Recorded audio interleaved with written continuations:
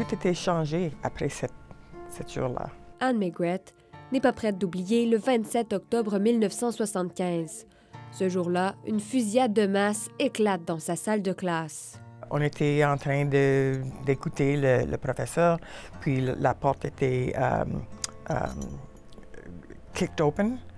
Et puis, il a commencé avec son fusil.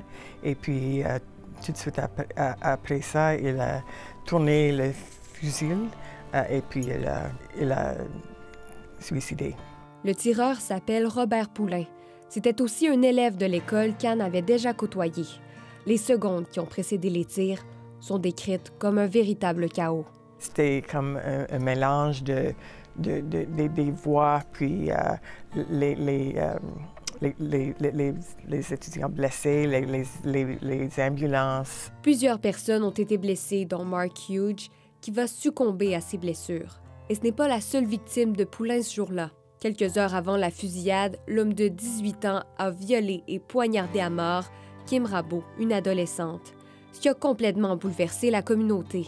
Chaque fois que j'ai entendu quelque chose d'autre, c'était comme plus compliqué, plus difficile à comprendre, plus choquant. Cette tragédie, parmi les premières fusillades de masse au Canada, a pavé la voie à un système de réglementation des armes à feu. Entre autres, parce que son auteur s'était procuré un fusil quelques jours plus tôt dans un tigre géant du marché Baille, ce qui est toujours difficile à comprendre pour Mme Maigret.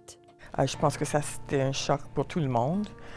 Et puis, il y avait des changements après ça aux législations aux armes à feu. Même s'il y a eu du progrès en matière de contrôle des armes à feu au Canada, Anne estime qu'il y a encore du travail à faire. Il faut qu'on focus sur la santé mentale, l'accès à l'arme à feu, les attitudes sur les femmes. On vous rappelle que la vaste majorité des gens qui pensent au suicide ne passent pas à l'acte. Il est possible de surmonter la détresse avec de l'aide. Des ressources sont d'ailleurs disponibles dans la région. Ici Charlotte Tremblay, Radio-Canada, Ottawa.